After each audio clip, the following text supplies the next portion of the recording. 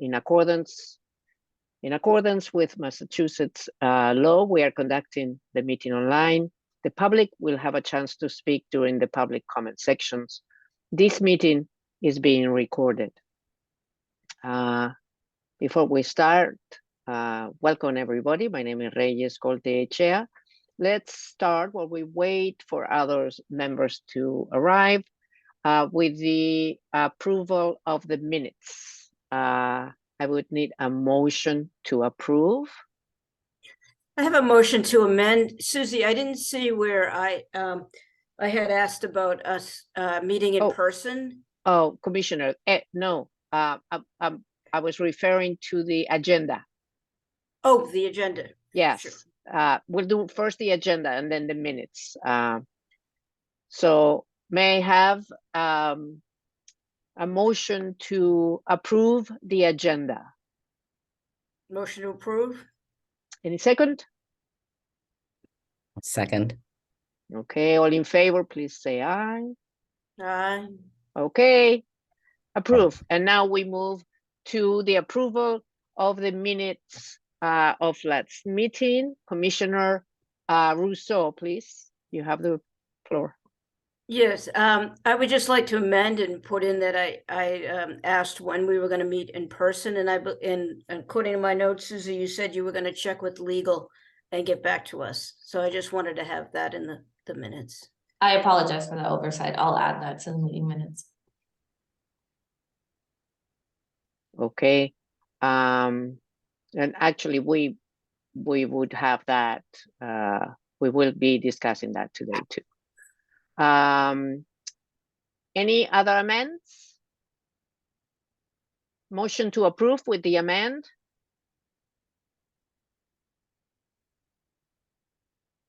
Make a motion. Okay. Everybody in favor, I assume. Say hi, say aye. Yeah, say aye. Okay, Aye. great. Minutes are approved with the amendment. And let's move to the executive director report and the chairperson report. Good evening, everyone. I'm Susie Helmy. I'm the interim executive director of the Human Rights Commission. I'm just going to preface this by saying that my voice is not being kind to me because the weather's not being kind to me. So I am going to save my voice as much as I can. My report is going to be relatively short because we have a lot of things still ongoing. I am also really excited and want to leave enough room for the discussions that we have today. But I will start by saying something that I mentioned in the previous, and my camera's acting up. Today's not my day. I'm going to turn it off when I'm done so you don't see me jumping around. In the previous commission meeting, I had spoken about working in collaboration with the arts department on putting a call out to artists on what does human rights mean to you.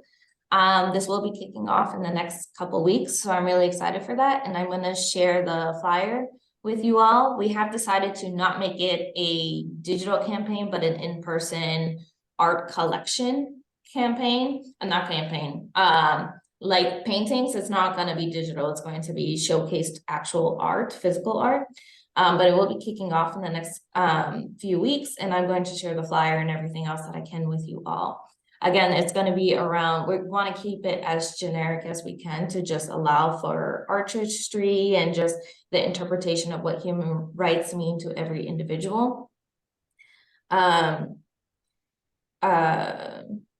first newsletter went out last week. I believe it was last week. Our first newsletter went out. I do want to encourage everyone, if you haven't done so already, to please sign up for our newsletter where you can receive updates about our office. You can find the sign up on the website, and I'll put that in the chat when I'm done with this. Also, we have been getting a lot of interaction and support with our social medias. We have over 200 followers on Instagram and over 100 followers on Twitter. So please sign up and follow us if you haven't, and share our social networks. We have been promoting our meetings there, and also our resource guide and our Respond to Hate toolkit on there, while we still wait to get those translated in other languages other than English. as always, I'm just running through them, just shout out if you guys have any questions. In regards to staff trainings, I'm looking into doing staff trainings again. I have found one training offered through the Massachusetts Commission Against Discrimination in regards to bystander intervention training. But I am going to ask if any of you have recommendations on trainings that you think I or the staff should take, please send them along to me. I'm going to end my report with saying I am in preliminary discussions. I'm working on a partnership on a project with the Mayor's Office for Women's Advancement. What we're looking to do is we're going to partner with a I forgot the name of it, so please excuse me, but it's a supplier organization on putting together personal hygiene and like hand sanitizer kind of toolkits that we're picking one shelter a month to drop these supplies off to. We're going to start off with Rosie's Place. But if you have any specific shelters you would like us to reach out to, we're going to be doing one a month for the rest of the year. Still in preliminary discussions about that. But again, if you have any specific shelters that you'd like us to conduct this acts of service that we're calling, please send them my way so we can finalize the list for the year. That is all I had in terms of my report. I don't know if anyone has any questions. Commissioner Evans? Just a quick one. What sort of training topics are you looking for specifically, if any? I am keeping it just generic in terms of like whatever is going to be beneficial to the work we do, whether it's human rights centered, civil rights, discrimination. I think all of that we can learn from, and they all the intersectionality of them is pretty wild too. So anything that will further our work or yeah, that's the best way to describe it. I don't know if that answered your question. Yeah, absolutely. Yeah, that's a good way to think about it.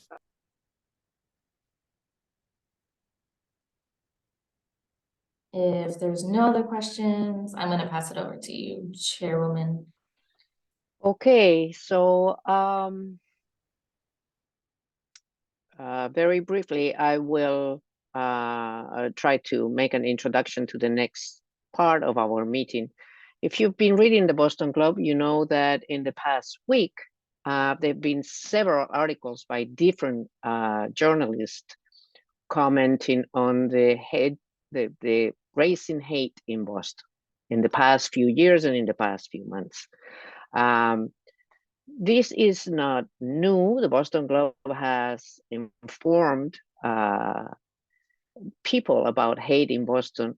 What it is new is that the Boston Globe has picked up the signals that we have picked up and that other people in other groups have picked up regarding the spike and the city of Boston, at the city of Boston. So of course, last month we had the early warning analytic program from UMass Boston present in detail what they have found about hate in Boston. We also have from last December our own preliminary research that our interns carried out, and that also pointed out as a problem with hate rate rising in Boston. We've had the council president, city council president Flynn, several times asking us to intervene. And in fact, every time that the Boston Globe wrote about hate in Boston, they mentioned Council President Flynn. And every time Council President Flynn mentioned the Human Rights Commission as the site that should be, or one site that should be involved in the study of hate in Boston. Everyone agrees that there is a need to act on these early warnings. everyone seems to also agree that the Boston Human Rights Commission should have a role, and the preliminary findings also point to a common agreement on what the obstacles are for intervening in this hate race in Boston. And those are the lack of data, number one. Linked to, number two, the fact that reporting of hate events is non-mandatory in Massachusetts, and therefore in Boston. And number three, that it seems to Massachusetts, and therefore Boston, seems to be applying a single law enforcement angle, an angle that is reactive. That is, there's a hate event, there's a hate crime, and law enforcement reacts to it. There is no other angle. So that is where I would want to leave my introduction, and then I will open up for you commissioners to discuss what you think and what you think the role could be, and if there are any steps that you think should be taken.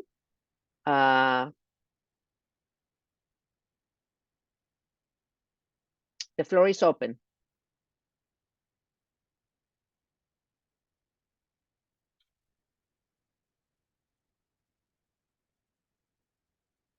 I have a question, just what the possibilities potentially of next steps would be, you know, if there's some just general thoughts on what are the different directions we can move in, and that way we have some potential options to discuss. I'm not sure if anyone's given that some thought. If I can, let me share. I would like to share the am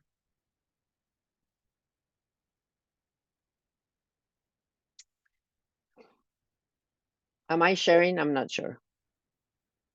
Can you see the slide?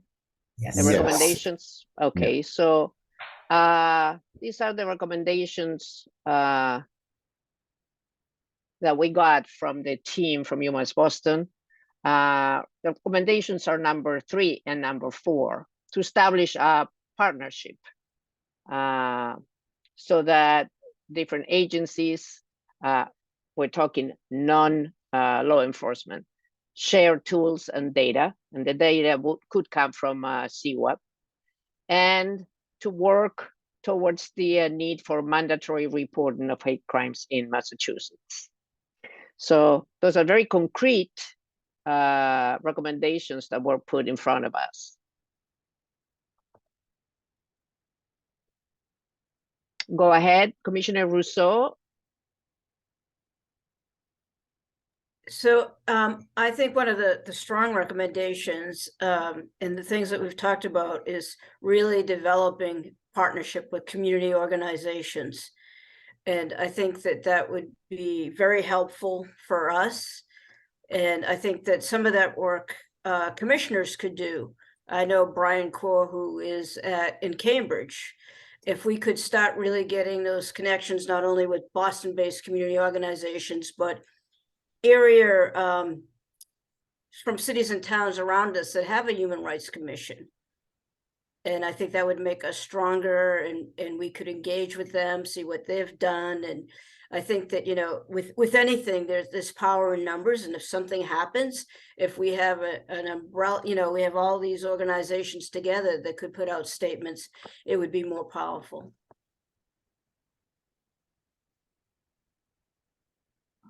Yeah, and I'll just add to that because my point was going to be similar, which is doing some sort of mapping out, you know, of who these partners could potentially be, like who are all the potential partners out there, and yeah, creating some sort of you know, spreadsheet or list where we could have a better sense of like who exists out there that maybe is already doing some collecting of data, or who would be interested in doing some of that. And then I think once we get a lay of the land a little bit, deciding, you know, what that could potentially look like. I think it's kind of hard to imagine it right now without knowing who they are and what's out there already that maybe doesn't need to necessarily be replicated, but need to just like, we need to connect the dots or have the conversations about it. So yeah, just piggyback on what was said.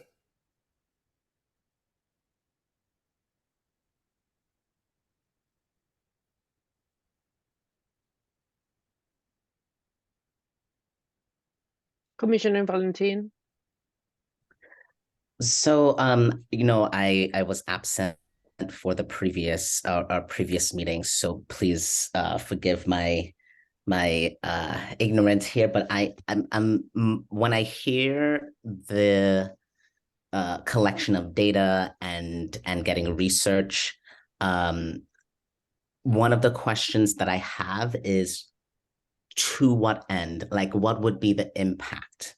What are we trying to do with the data to then address the issues of hate crimes? Like, what can we do with it rather than just have it be collected, right? So that, yeah. I think, if I may interject, our meeting of last month made it clear once again that there is no data. So there is no collecting of data.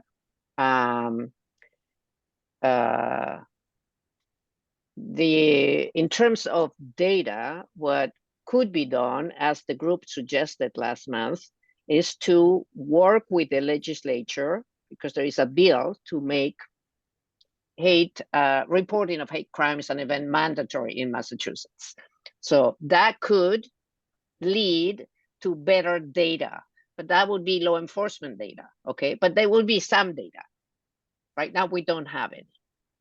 The other problem is that we know that people are going into organizations.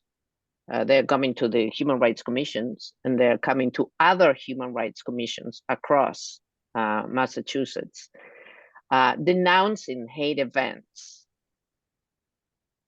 But that data is lost. It's not being reported anywhere, and it's not being shared among human rights commissions. So the only way to know, it seems, that there is a problem in Massachusetts, or in Boston in our case, it's to wait until the problem happens. That's where we are right now. Can I jump in? Yeah, Oh, go sorry. ahead.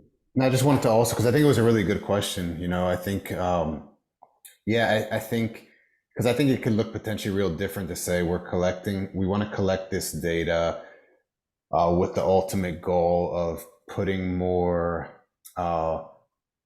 crime laws on the books, right? Mm-hmm. That's potentially one, versus saying the idea is to identify where, for example, where these hate crimes are happening, against whom, who needs the support, what are the services they need, what's the public education that's needed around it, things like that. And so I think it's, a really valid question, especially if we're going to be approaching other groups, is having that clarity of saying the reason why we're looking to form partnerships is for XYZ reasons. I think it's a really good question. And it would be all of the above. I mean, we'd want to collect the data for all of the above. And I think public awareness is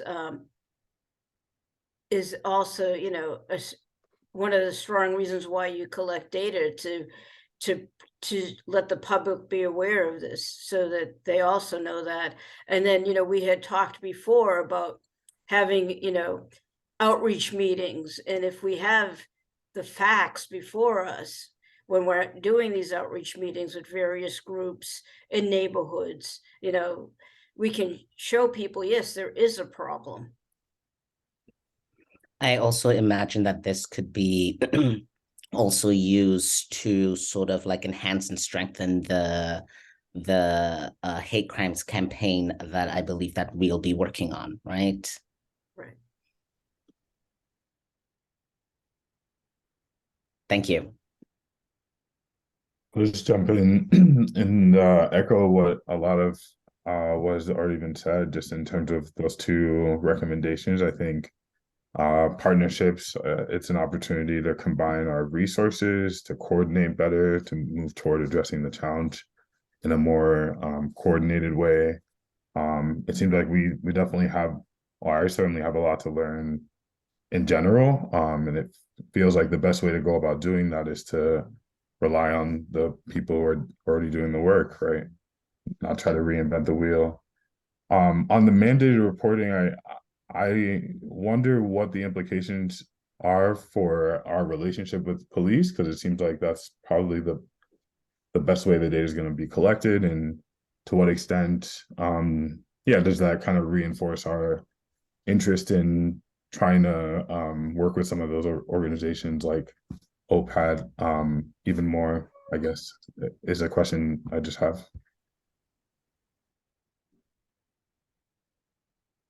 Yeah, I almost wonder if part of the talking and having this list of like partners to reach out to is also like an opportunity to listen to what the needs of data could be, rather than necessarily deciding ourselves.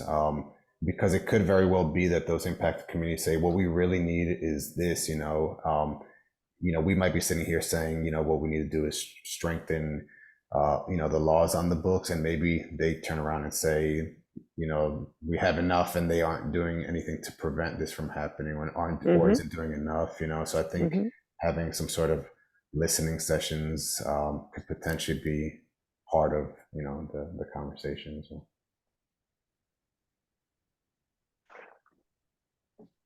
So I do hear a consensus on partnerships. Also, there is an interesting proposition, I think, from Commissioner Paredes, that we established a list, or Excel list of potential partners in this situation.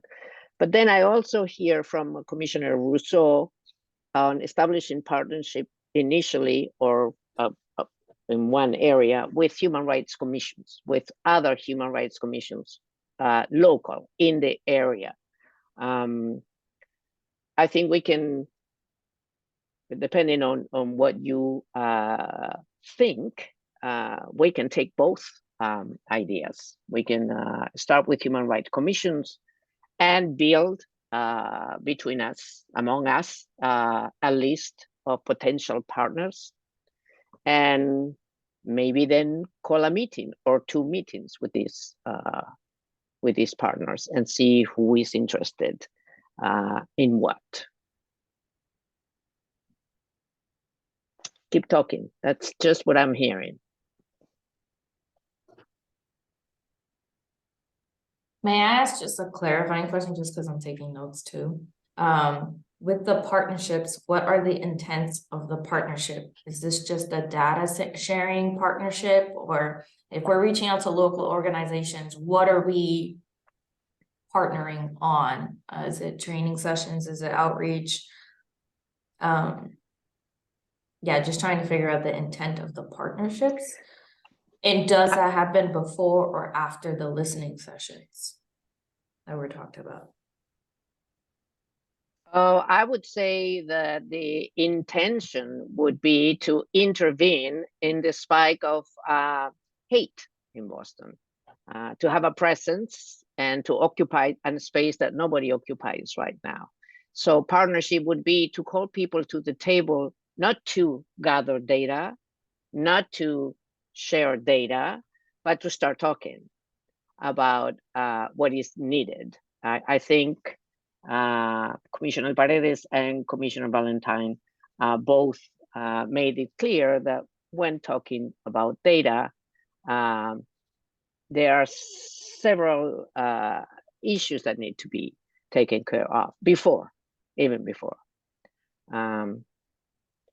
So I wouldn't say that obtaining data or gathering data is necessarily the most important part of establishing partnership. Sharing data might be important if we have it, and we happen to have it, but I don't know that others have it. I have a question. I'm trying to recall from the reports that were given in the last couple of meetings. If, I know this has come up in other, cities. It's an issue, pretty much in a lot of places because there's not a lot of data available, but I guess some cities maybe have. I'm trying to recall whether some cities have, one, started to mandate it, and other question is to have any of those, are there models in other cities of partnerships, outside of just law enforcement collecting data? Have there been other models of, just broader coalitions, groups, partnerships, working to do some of this? Yeah, I think that the presentation of the interns, one particular case was the LA County. And they, I remember the presentation included a wide net of partnerships. Yeah. Okay, I also that seems like a don't- good starting spot then. Yeah. Sorry, go ahead. Mhm. No, that's okay. I also think when we're looking to build these relationships, I think we can learn from other groups that have done the work, but I also think it would be part of a rapid response so that if something did happen, that we could come out together, either separately or together in force and respond to that. I mean, we've had incidents of hate, and I think it's very powerful. I was, when it happened in Jamaica Plain, it was very powerful for people to show up and be there. And when, the police were pushing the people that came out against the hate, I could say, no, we have to be here. I'm a human rights commissioner, and I could film it and be a presence. And I think being a presence is, and responding is also very important. And the more partnerships we have, we could have some kind of rapid response network. Mhm.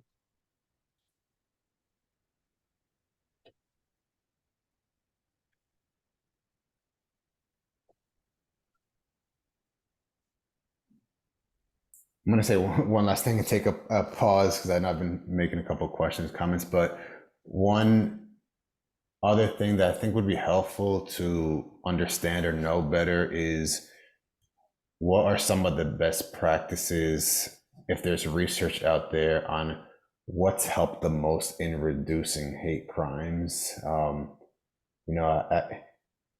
I think, we could throw out like a whole kitchen sink of ideas, but I'm really wondering if there's been research on what sort of practices or services have been the most useful in saying, okay, this, there's been this sort of hate crime rise against a certain community or in a certain place. And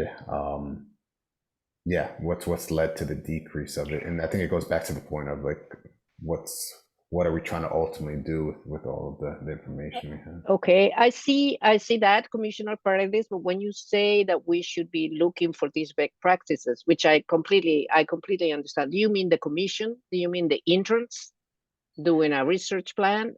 Do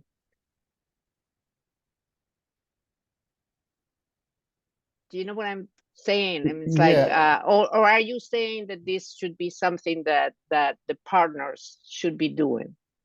No, I'm just wondering as we're thinking about, approaching folks about this and brainstorming about ideas, and we're going to be talking about as data collection, it seems like at least one of those components, even if it's not like the priority right now. And I know a lot of the research that was covered and shared in the last couple of meetings was about how there is a lack of data or a lack of uniformity with data, and how that is happening here locally, but in other places as well. And then some cities are, stepping up to get creative about that. Mhm. But, I think ultimately, I guess the ultimate goal of why we're doing this is because we want to see a reduction in hate crime, right? Like that's why we want data. We want there to be less hate crimes and less hate incidents. And so wondering what practices have led to less hate crimes and less hate incidents, because shouldn't that be where we're paying a little bit more attention to. You know, if it's been that, for example, public education campaigns have been very or the most effective in reducing hate crimes, then, you know, we would probably want to examine what we can do around in partnership with the, you know, folks we're going to be talking to, of like, how do we lift up a public education campaign, you know, across the city, versus, you know, I don't know, I don't have the solutions or the ideas, you know, right now, but yeah, I think ultimately, I guess we're trying to reduce hate crimes. I'm just wondering what is out there. Maybe the students who did some of the research have already come across some research that points to, okay, this is what's helped, you know, in reducing hate crimes, or maybe it's not out there. I'm not sure. Well, the problem, yes, there is, but what is happening is that there is an increase of hate crime, not a decrease. So best practices are crashing right now at this point. The point for me, and this is just individually, is whether this commission is going to do something and start extending partnerships, or we are going to continue doing research and talking.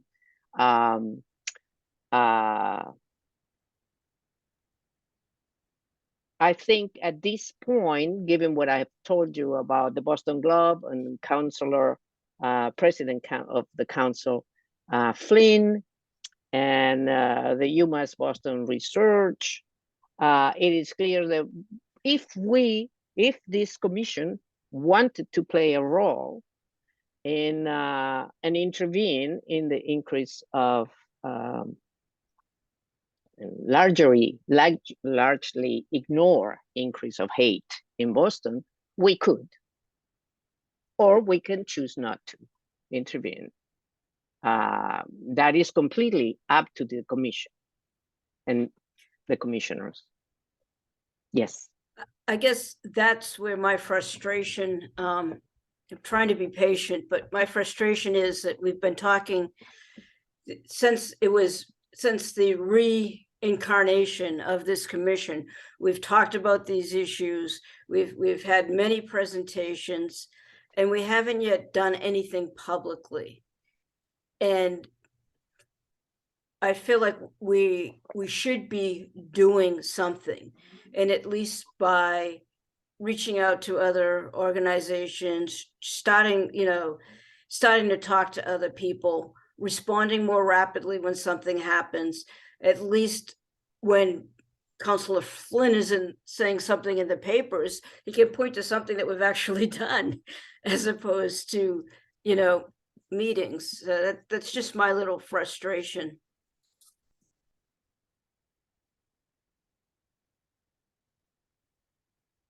Commissioner Evans and Commissioner Valentine. Sorry, I don't know which one was first. Who was first? Commissioner Evans, please go ahead.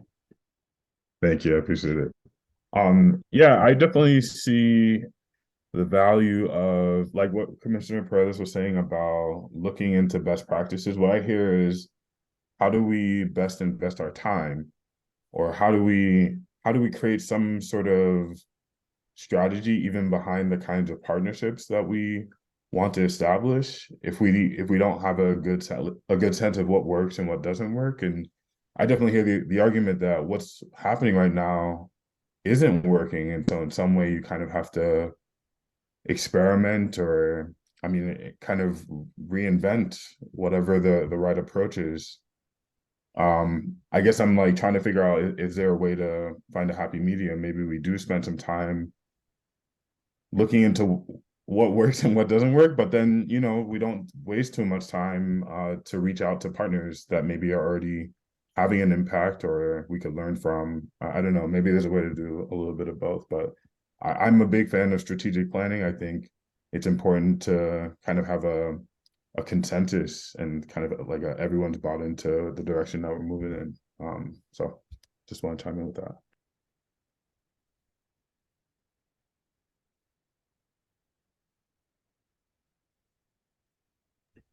Commissioner Evans, you pretty much said what I was going to say, that I actually see the value of what Commissioner Paredes was suggesting in terms of, while yes, there is an increase, I think it's important to know what, I mean, because there might have been strategies in different communities that have actually worked, right? And so I think there is value in doing some of that research to see what has worked in maybe different communities, different approaches, and agree that there should probably be a multi-pronged strategy to this, where some of us might be looking into the research of some strategies. Some of us might be working on the document with the partnerships. Some of us might be, I don't know, like keeping an ear for maybe working, on some of the campaigns. So I think a multi-pronged approach is definitely something that would be helpful. And I understand trying to figure out, like, what do we have the capacity for?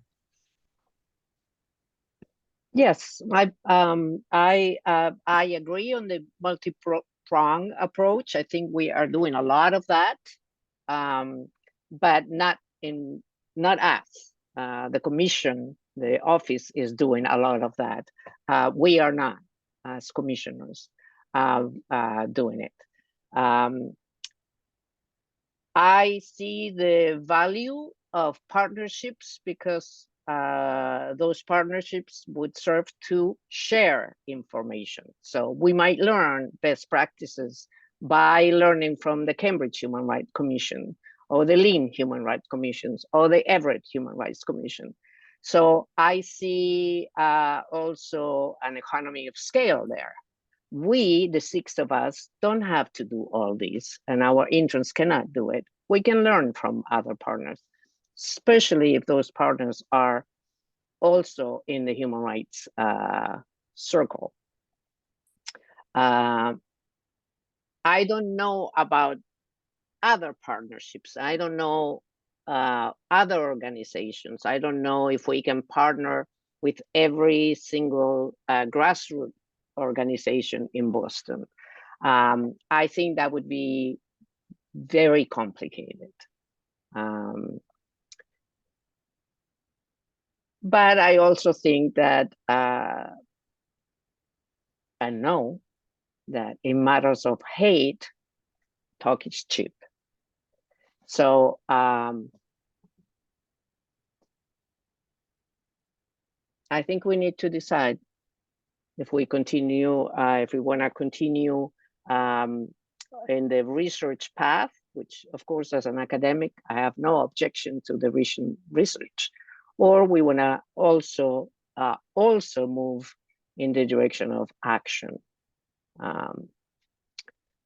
So I would leave it up to you whether we move on the recommendations of the people who presented last week, or not. We can do either. We can take those recommendations and debate them, or we can simply leave them aside.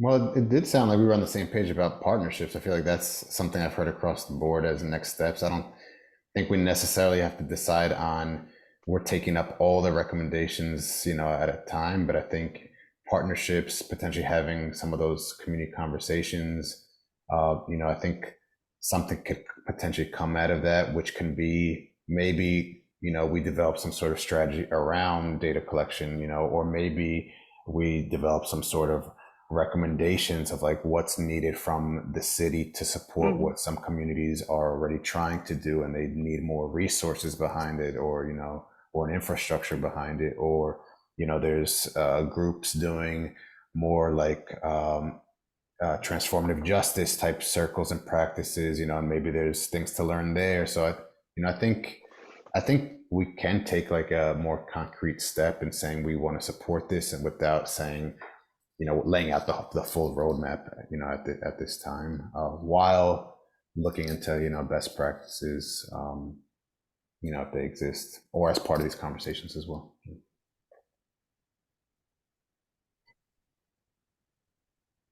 Do the other commissioners agree or disagree or would like to add something?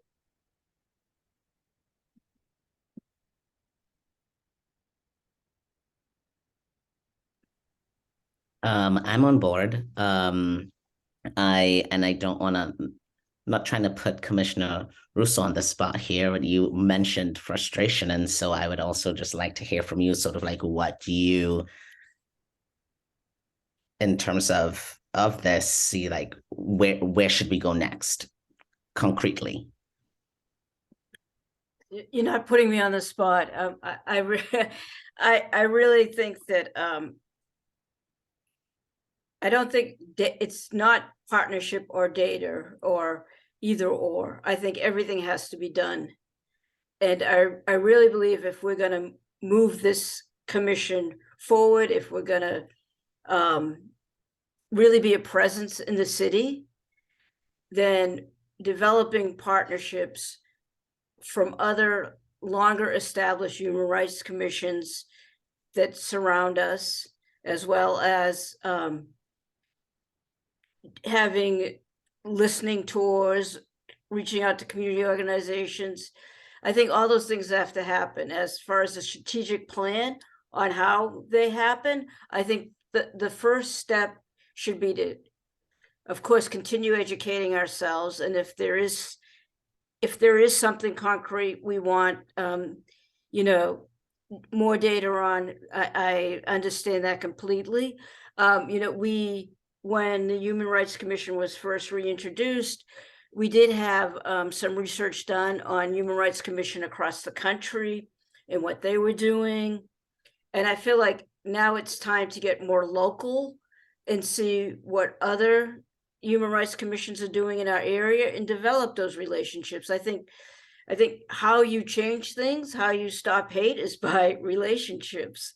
And so if we could first build relationships with area human rights commissions, learn from them, be in partnership with them, I think that's a great first step. And from those conversations and learning, one of the things can be like, do you collect data? Why are you collecting data? We could ask them those questions we're asking ourselves. Yeah, very well said. I agree with everything. I think yeah, I don't kind of see it as an either or. It seems like we definitely need time to know what the best, approach is. And so best way to do that is to be on the ground, to stay connected to the folks that are doing the work, and give ourselves time to kind of develop those priorities. And so, yeah, I mean, it doesn't feel like we're kicking the can down. It feels like we're, getting the ball rolling. And it definitely feels like the right time to, again, like I said, think about how to do things a little bit differently, because the status quo just isn't working. Okay, so at this point, I think there is a consensus about the partnerships, but I would need a motion from one of you so that we can vote on that. On establishing partnerships with either other organizations or human rights organizations. Give me a motion, and so we can have a vote. I'd like to make a motion that the City of Boston Human Rights Commission develop partnerships with area human rights commissions, as well as community-based organizations in Boston, to learn, to listen, to share ideas.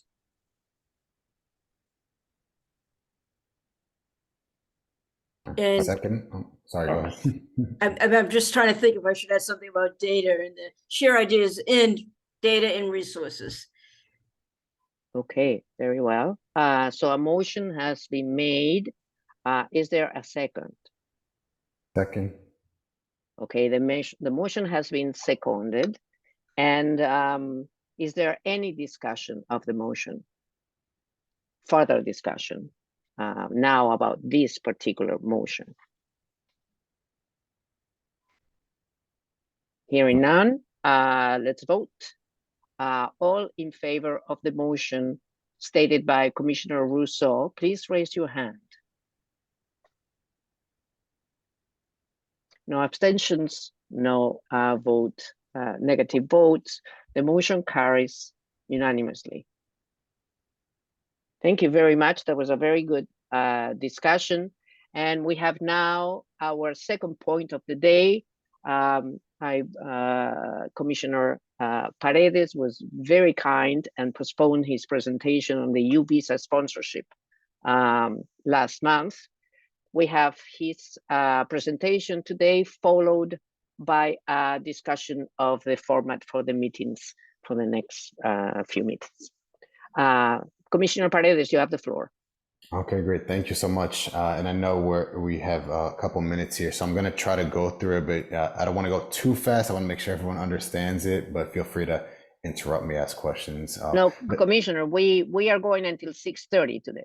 Oh, got it. Okay. Yes, so that we made sure that you were not going to be pushed back again. Perfect. Okay, so I'll talk a little slower then. So just as a reminder, one of the potential priorities we had laid out a couple of months back was to look at the possibility of the Boston Human Rights Commission becoming a certification agency for immigrants who are seeking to obtain their UNT visas. And so, I wanted to lay out a little bit today of first of all, what is a UNT visa, just generally speaking, and why would this be helpful? What would that process potentially look like? What are some potential next steps?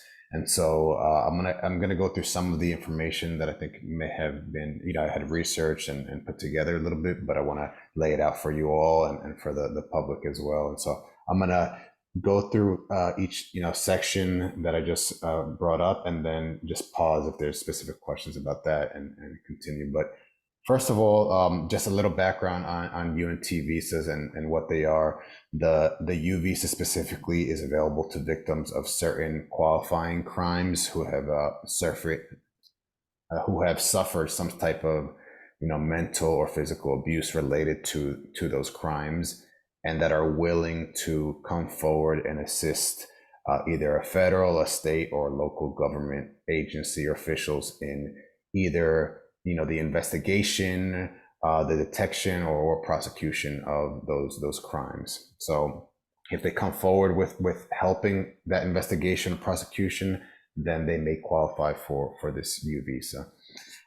And in order to do that, though, they must provide the victim must provide a certification form that's signed from one of those federal, state, or local agencies.